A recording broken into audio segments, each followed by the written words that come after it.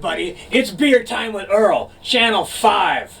So I could, like, seemingly put out one video a day, but really, it's closer to 50.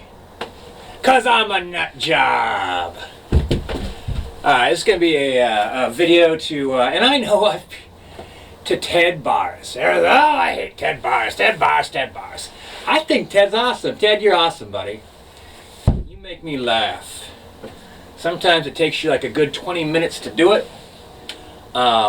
So yeah, you also kind of owe me. Malt liquor. Stealing lots of my life, Ted. Alright, Mad Max review.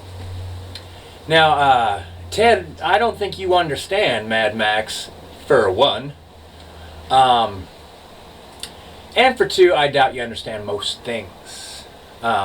Like you think you live in a house, which I suppose if like you've lived in like even a smaller, more cramped apartment, moving to a slightly bigger apartment, like probably like in a triplex, it probably seems like a house to you. Now dude, hold on a second. I won't even say.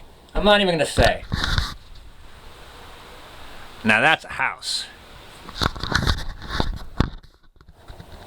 Fucking, I'm a homeowner now, and I'm just all cocky as fuck. Alright, Mad Max, you don't understand it. Ted Barras.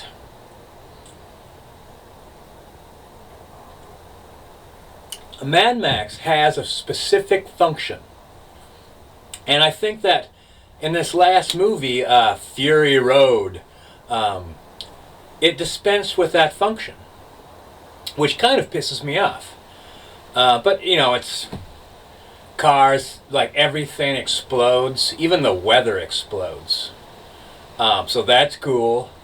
If I like being spoon-fed baby food, exploding baby food's even better. It's like Pop Rocks. Alright, the Road Warrior. Society is deteriorating. And also it's deteriorating in an area of sparse population, which I think is a key point. The city's empty out of thugs because shit's gone awry. Thugs, and here's the thing, thugs pulling straight into town. Here's how you know things have totally switched over. Thugs pull straight into town, immediately go into shops, stores, whatever, right on the sidewalks, on the streets, and do exactly what they want. This is where anarchy gets a bad name, though, because people just assume that, like, well, if I could do whatever I want, I would, and, you know, insert what makes you an asshole in that statement. But in anarchy, people make their own rules. Communities would function because everyone has the same kind of community ethics, community idea of right and wrong. So these thugs pull into a small community, do whatever the hell they want, rape, steal, pillage, destroy, you know, random acts of violence and destruction. Now, if society hadn't turned the corner, if they hadn't reached the tipping point, they would check things out first. So they're not doing that. So you know that the system is now in dysfunction. This is where Mad Max comes in. This is the Mad Max solution.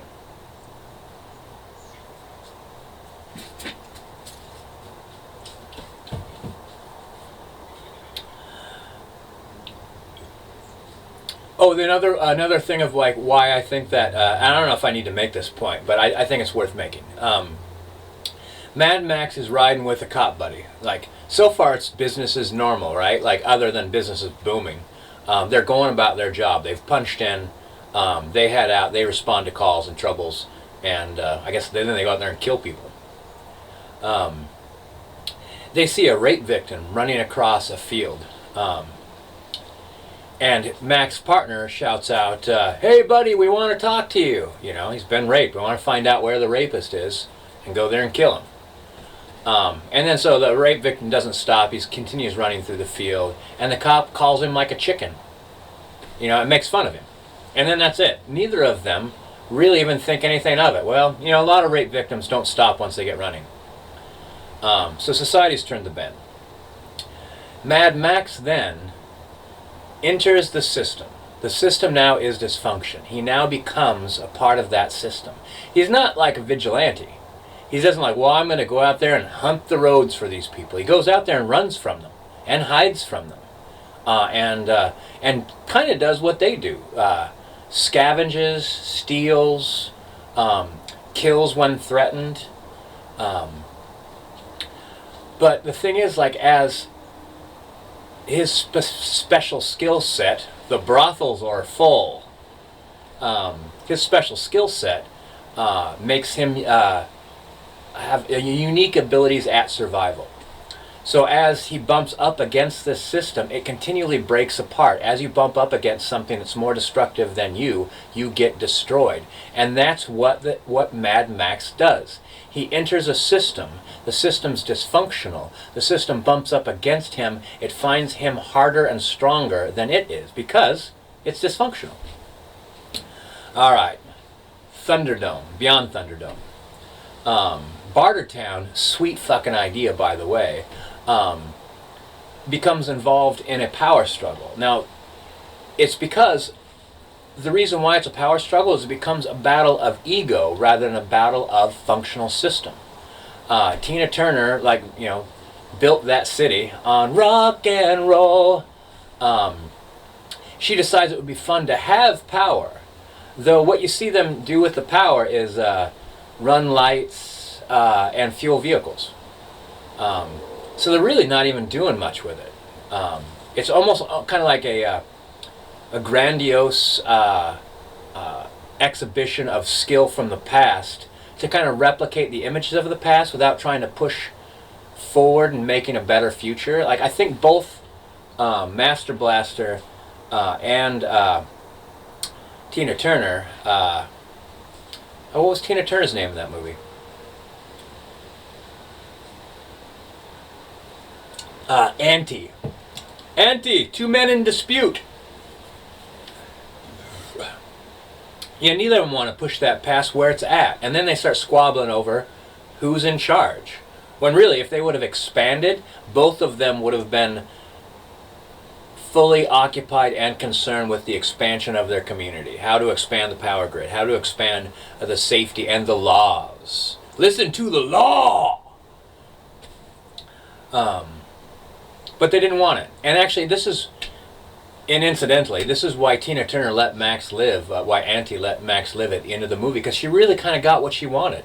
Things went back to the way they were. Her running around with a bunch of people that could take charge of an area and lay the law.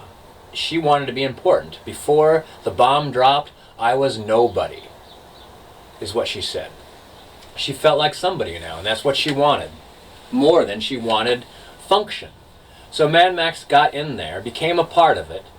I have skills, I could trade them, he says. They set him on a path to murder somebody it's a family matter. To murder somebody that didn't deserve death, really. Turned out to be a mentally retarded adult, with the mind of a child. Mad Max stole the underpinning. He stole Master from that community, which set it back. Everyone was all happy with their power and whatnot, and they wanted to lash out with violence. So rather than just let's stabilize things as the way they are, let's try to hold on to that dysfunction we have. And then they went to pursue Mad Max. They set him on a path that was unrighteous. He then did the righteous thing, called him out on it, and then removed the one thing that was causing dysfunction in the first place, Master. Set him on the path with the children, the Lost Tribe.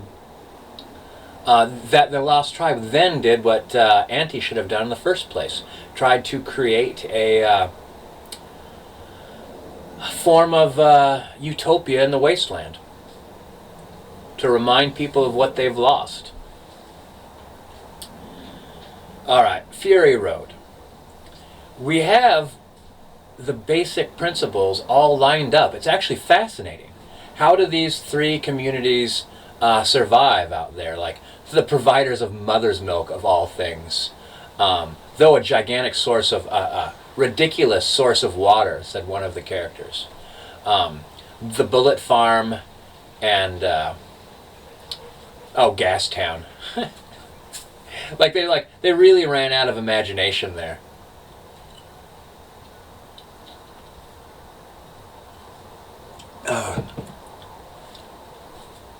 So you do get a sense that for some reason he's hoarding humanity at the base of these what do you call those, the mesas? I'm not sure that's the right word for it, but he's hoarding humanity, and I think he's hoarding it because as a source of manpower, the Half-Life War Boys, a source of the possible kind of like pure strain humans that he was then, I guess, turning into a harem, hopefully trying to save, like, which appears to be, he puts out, even with the babies he has, he puts out mutants, people that have been mutated. So he's not concerned with breeding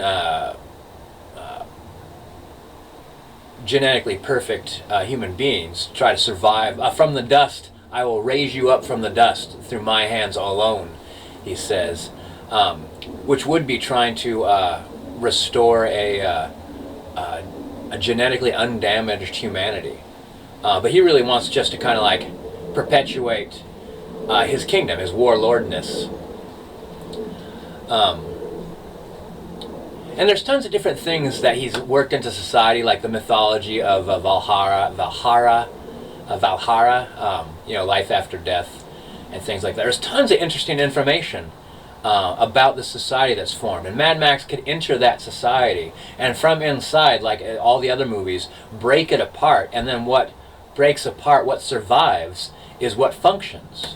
But instead we get a really, really epic car chase, which frankly isn't much of a car chase, really. Like, the cars only meet a couple times in the movie.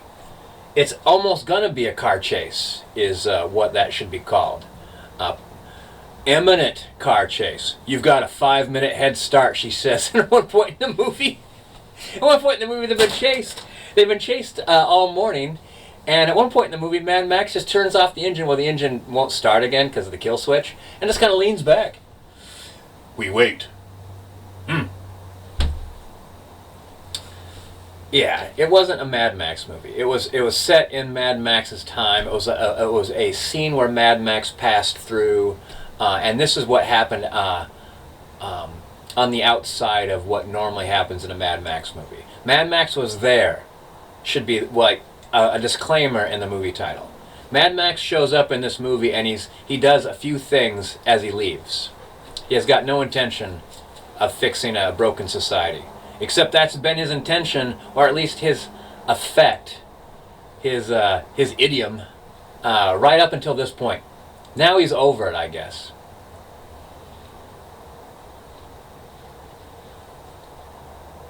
But, you know, he's not at his best. I guess he was crazy. I guess he saned up during the car chase, like hit his head on something. His ghost started to help him. So that worked out well for him. I only hope that the next Mad Max goes back to its roots, because those roots are great. That's a good story. An almost car chase. Real House, Ted Barris. An almost car chase. That's nothing. 15-minute video for you. Waste your time.